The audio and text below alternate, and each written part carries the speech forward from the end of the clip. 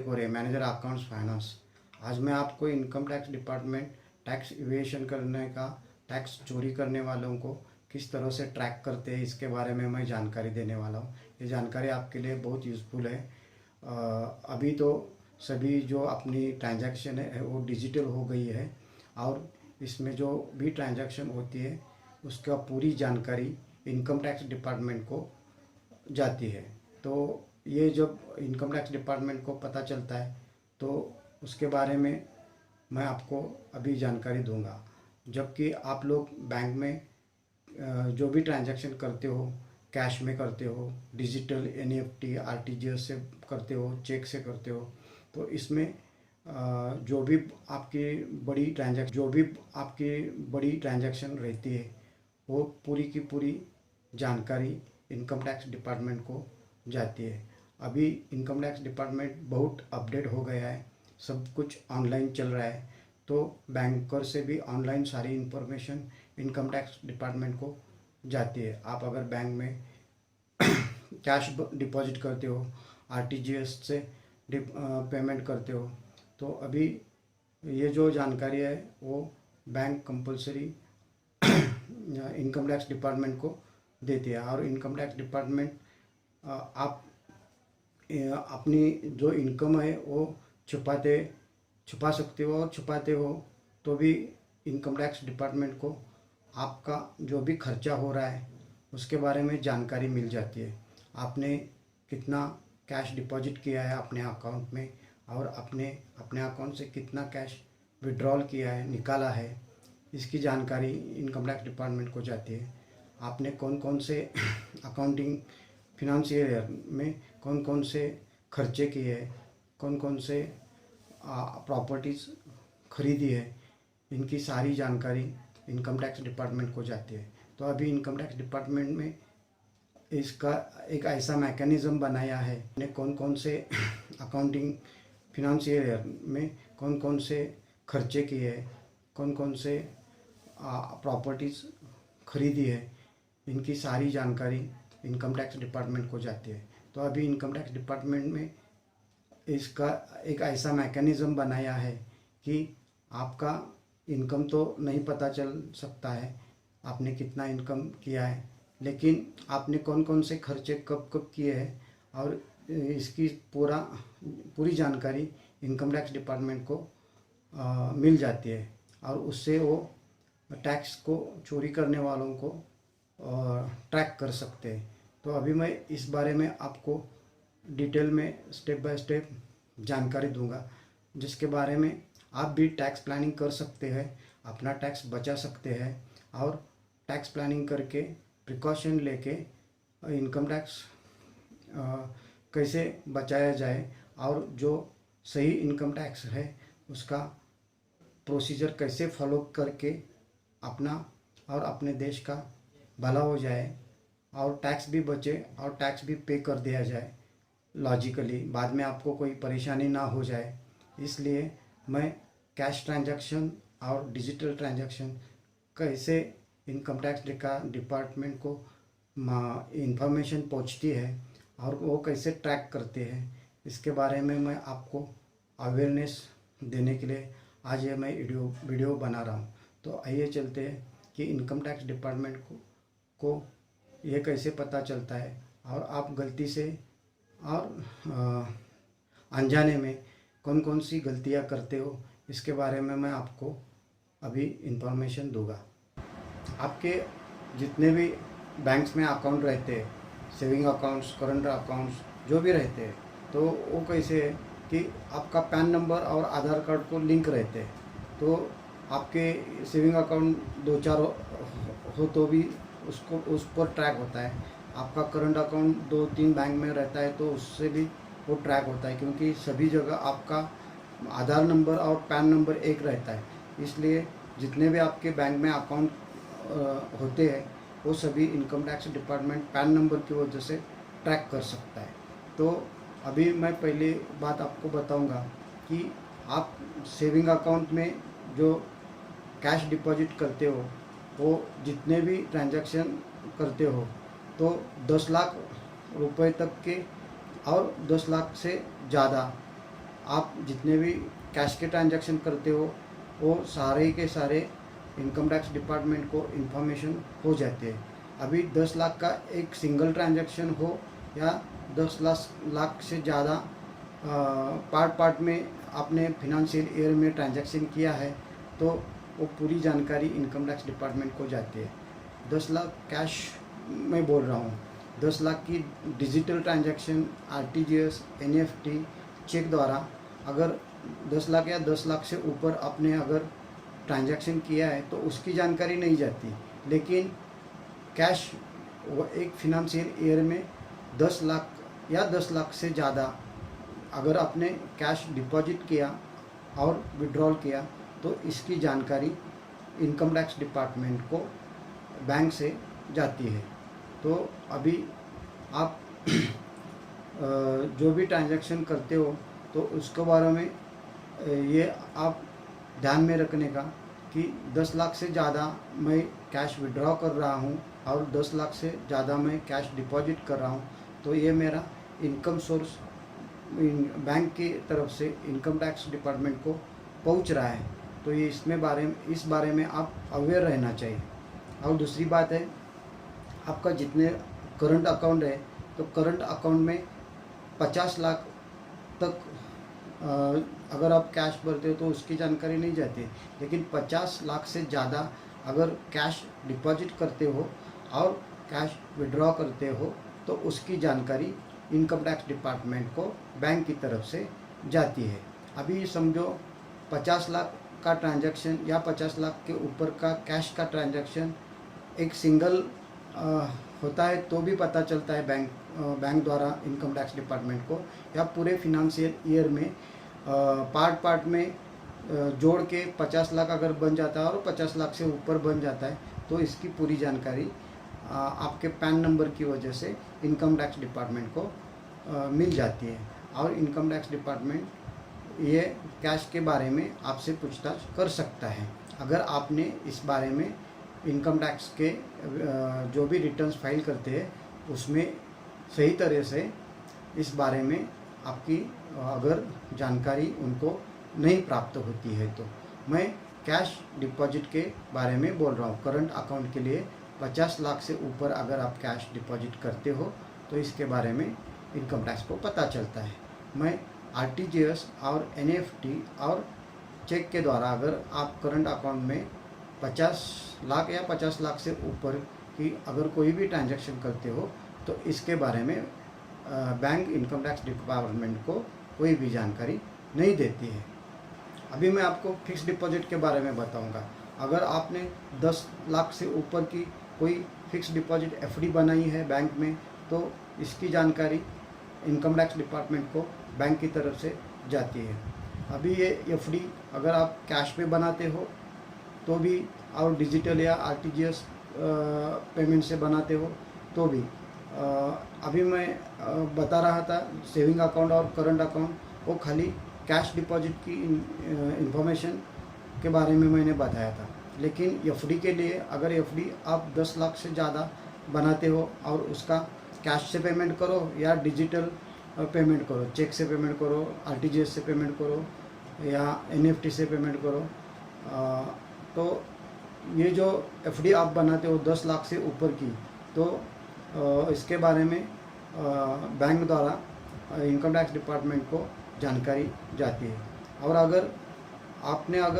आपकी पहले ही कोई एफडी थी 10 लाख या 10 लाख से ऊपर और वो रिन्यूअल आपने कर दिया तो रिन्यूअल जो एफडी बनाते हो उसकी कोई जानकारी बैंक इनकम टैक्स डिपार्टमेंट को नहीं देती है। तो ये आपको मालूम होना चाहिए कि अगर आप 10 लाख की एफडी बनाते हो तो उसकी जानकारी बैंक इनकम टैक्स डिपार्टमेंट को बताता है। अभी और एक बात है, आपका जो भी क्रेडिट कार्ड का पेमेंट रहता है अगर वो 1 लाख से ज़्यादा क्रेडिट कार्ड का पेमेंट आप अगर करते हो और वो कैश में करते हो यानी कि आपके बैंक अकाउंट में कैश से डिपॉजिट करके क्रेडिट कार्ड कंपनी का आप अगर पेमेंट करते हो तो इसकी जानकारी भी क्रेडिट कार्ड की कंपनी या बैंक के द्वारा इनकम टैक्स डिपार्टमेंट को मिल जाती है, पहुंच जाती है। अगर आप 10 लाख का पेमेंट आरटीजीएस या एनईएफटी से क्रेडिट कार्ड का जो भी आपने बिल पेमेंट किया है तो उसकी जानकारी भी इनकम टैक्स डिपार्टमेंट को मिल जाती है। तो इसके बारे में आपको अवेयर रहना चाहिए। अभी अगला जो ट्रांजैक्शन है वो डिमांड ड्राफ्ट के बारे में। अगर 10 लाख या 10 लाख के ऊपर का अगर आप कोई डिमांड ड्राफ्ट बनाते हो और वो बनाने के लिए अगर आप कैश डिपॉजिट करके डिमांड ड्राफ्ट ले लेते हो तो बैंक उस वक्त आपका पैन नंबर ले लेती है और पैन नंबर लेके आपको डिमांड ड्राफ्ट कैश डिपॉजिट किया है, इस वजह से आपने कैश डिपॉजिट करके डिमांड ड्राफ्ट लिया है तो उसकी जानकारी इनकम टैक्स डिपार्टमेंट को दे देती है। तो डिमांड ड्राफ्ट लेते समय आपको यह अवेयर रहना चाहिए कि कैश डिपॉजिट करके डिमांड ड्राफ्ट लिया है, तो ये जानकारी इनकम टैक्स डिपार्टमेंट को बैंक देने वाली है। अभी नेक्स्ट मैं आपको बताऊंगा कि अगर आप कोई शेयर्स मार्केट में 10 लाख के ऊपर का या 10 लाख से ज़्यादा इन्वेस्ट कर रहे हो, शेयर्स परचेस कर रहे हो, तो ये अगर कैश डिपॉजिट करके भी अगर परचेस करते हो तभी भी और आरटीजीएस एनईएफटी के द्वारा अमाउंट ट्रांसफ़र करके शेयर्स परचेस करते हो 10 लाख या 10 लाख से ऊपर का, तो उसकी जानकारी बैंक द्वारा या शेयर्स जिस कंपनी से आपने परचेस किए उस कंपनी द्वारा एक फिनंशियल ईयर में 10 लाख से ज़्यादा का आपने अगर शेयर्स परचेस किया है तो इसकी जानकारी भी इनकम टैक्स डिपार्टमेंट को जाती है। वैसे ही मैं नेक्स्ट आपको बताऊंगा, अगर आपने कोई इन्वेस्टमेंट म्यूचुअल फंड में किया है वो अगर कैश से करते हो तभी भी और डिजिटल पेमेंट करके करते हो तभी भी 10 लाख या 10 लाख से ऊपर अगर आप म्यूचुअल फंड में इन्वेस्टमेंट करते हो तो उसकी जानकारी भी इनकम टैक्स डिपार्टमेंट को हो जाती है। बैंक द्वारा या म्यूचुअल फंड द्वारा ये जानकारी इनकम टैक्स डिपार्टमेंट को मिल जाती है। नेक्स्ट इन्फॉर्मेशन है विदेशी मुद्रा, फॉरेन करेंसी। फॉरेन करेंसी के बारे में अगर आप 10 लाख या 10 लाख से ज़्यादा अगर आप फॉरेन करेंसी परचेस करते हो तो इसकी इंक्वायरी वो करेंसी फॉरेन ट्रैवलर डीलर जो रहता है उससे इनकम टैक्स डिपार्टमेंट को मिल जाती है। अगर आप फॉरेन करेंसी परचेस करके घूमने फिरने में 10 लाख या 10 लाख से ज़्यादा खर्चा फिनंशियल ईयर में करते हो तो आपका ये खर्चा आपके इनकम को जस्टिफाई करता है कि नहीं करता है, इसके बारे में इनकम टैक्स डिपार्टमेंट को जानकारी मिल जाती है। तो इस बारे में भी income tax department foreign currency देने वाले सेल करने वाले फॉरेन करेंसी डीलर जो रहते हैं उनसे जानकारी प्राप्त करती है और फॉरेन करेंसी 10 लाख से ज़्यादा खर्चा करते हो तो आप इस बारे में इनकम टैक्स डिपार्टमेंट से ट्रैक हो जाते हो। और अभी मैं नेक्स्ट बताऊंगा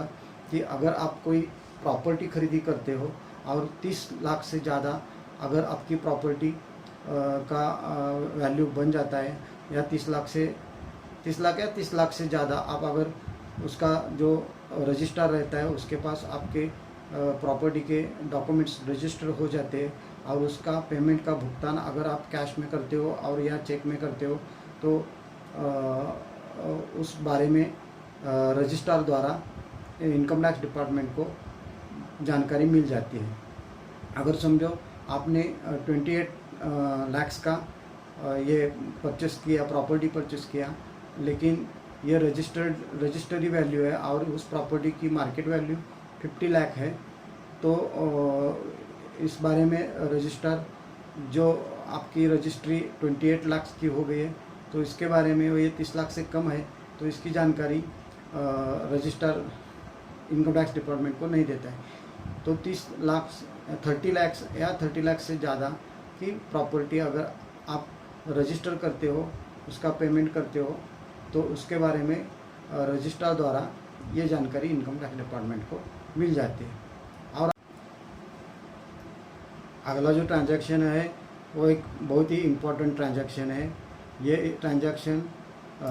एक स्पेसिफिक ट्रांजैक्शन है, ये जनरल ट्रांजैक्शन है। अभी तक जितने भी हमने ट्रांजैक्शन दिए देखे वो किसी न किसी स्पेसिफिक रीजन के ट्रांजैक्शन देखे। लेकिन अभी जो अगला मैं बताऊंगा ये बहुत ही इम्पोर्टेंट ट्रांजैक्शन है और ये बहुत सारी ट्रांजैक्शन को, बहुत सारे एंगल को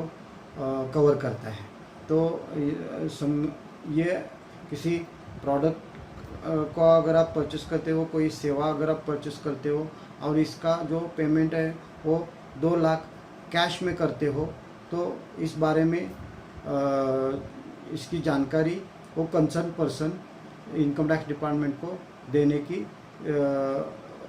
के बारे में जिम्मेदार रहता है। तो उसको ये जानकारी देनी पड़ती है। मान लो आप किसी ज्वेलर के पास गए और ज्वेलरी खरीदी, गोल्ड खरीद लिया और उसका पेमेंट कैश में आपने अगर कर दिया, तो वो ज्वेलर की रिस्पॉन्सिबिलिटी बनती है कि उस 2 लाख की ट्रांजैक्शन का बारे में आपका पूरा डिटेल, पैन नंबर वगैरह इनकम टैक्स डिपार्टमेंट को इन्फॉर्म करने का। तो अगर आप कोई कार डीलर के पास जाते हो और कार का पेमेंट जो भी रहता है उसमें अगर आप 2 लाख रुपए कैश देते हो और बाकी का डिजिटल पेमेंट करते हो, तो 2 लाख रुपए जो कैश पेमेंट किया है आपने, उसके बारे में वो कार डीलर आपसे पैन नंबर लेगा और आपने 2 लाख से ज़्यादा के अमाउंट कैश में पेमेंट किया है, इसकी जानकारी इनकम टैक्स डिपार्टमेंट को दे देता है। तो इस तरह से ये जानकारी इनकम टैक्स डिपार्टमेंट को पहुंचती है। तो ये अगर इंफॉर्मेशन, ये सारी इंफॉर्मेशन जब इनकम टैक्स डिपार्टमेंट को मिल जाती है, तो इनकम टैक्स डिपार्टमेंट इसके बारे में ये देख लेता है कि जितनी भी जानकारी उनको मिलती है, तो वो उस पैन नंबर के रिगार्डिंग ये देखता है कि आपने जो पैन नंबर के हिसाब से जितनी भी जानकारी मिली है, उस पैन का जो रिटर्न सबमिट किया है, तो वो रिटर्न में उन्होंने जितना इनकम दिखाया है और जितना इस तरह से इस पैन नंबर धारक ने इसका जो भी खर्चा किया है, इन्वेस्टमेंट किया है, वो जस्टिफाई कर लेते हैं। अगर वो जस्टिफाई हो जाता है तो इनकम टैक्स डिपार्टमेंट आपको कोई नोटिस नहीं भेजते। लेकिन अगर आपने इतने सारे खर्चे किए हैं और इसकी जानकारी बैंक या डीलर से या कंपनी से अगर इनकम टैक्स डिपार्टमेंट को मिल जाती है और आपने अगर इसका इनकम टैक्स का रिटर्न ही फाइल नहीं किया है, तो इनकम टैक्स डिपार्टमेंट आपको नोटिस भेजती है और आपसे जानकारी लेती है कि इतना आपने खर्चा किया है, लेकिन आपने इनकम टैक्स में रिटर्न नहीं फाइल किया और इसकी जानकारी इनकम टैक्स डिपार्टमेंट को नहीं दी है, तो इस बारे में आपसे नोटिस भेजकर जानकारी लेती है और आपके जो भी खर्चे हुए उस खर्चे पे अगर आपने सही जानकारी नहीं दी तो आपको उस पर टैक्स लगाती है और पेनल्टी भी लग सकती है और गवर्नमेंट आपसे ये वसूल कर लेता है। तो ये कुछ ऐसी जानकारी थी जो आपको जाननी चाहिए कि कैश ट्रांजैक्शन करते समय और इन्वेस्टमेंट करते समय और कोई भी परचेस करते समय ये पूरी जानकारी आपको होनी चाहिए। यहाँ पर ये वीडियो बनाने में मैं किसी को डरा नहीं रहा हूँ या मैं इस तरह से टैक्स को चोरी करने को बढ़ावा दे रहा हूँ। मैं ये वीडियो इस पर्पज़ से बना रहा हूँ कि जाने अनजाने में इस तरह के इन्वेस्टमेंट और खर्चे हो जाते हैं व्यक्तियों से, तो इस बारे में उनको अवेयर होना चाहिए, सचेत होना चाहिए और टैक्स के बारे में जानकारी होनी चाहिए। मुझे लगता है ये जानकारी आपको अच्छी लगी होगी। अगर आपका ये जानकारी अच्छी लगती है तो आप ये जानकारी सभी आपके फ्रेंड्स को शेयर कीजिए, मेरे चैनल को सब्सक्राइब कीजिए, लाइक कीजिए। अगर आप पहली बार मेरे चैनल को देख रहे हो तो मेरा चैनल सब्सक्राइब कीजिए।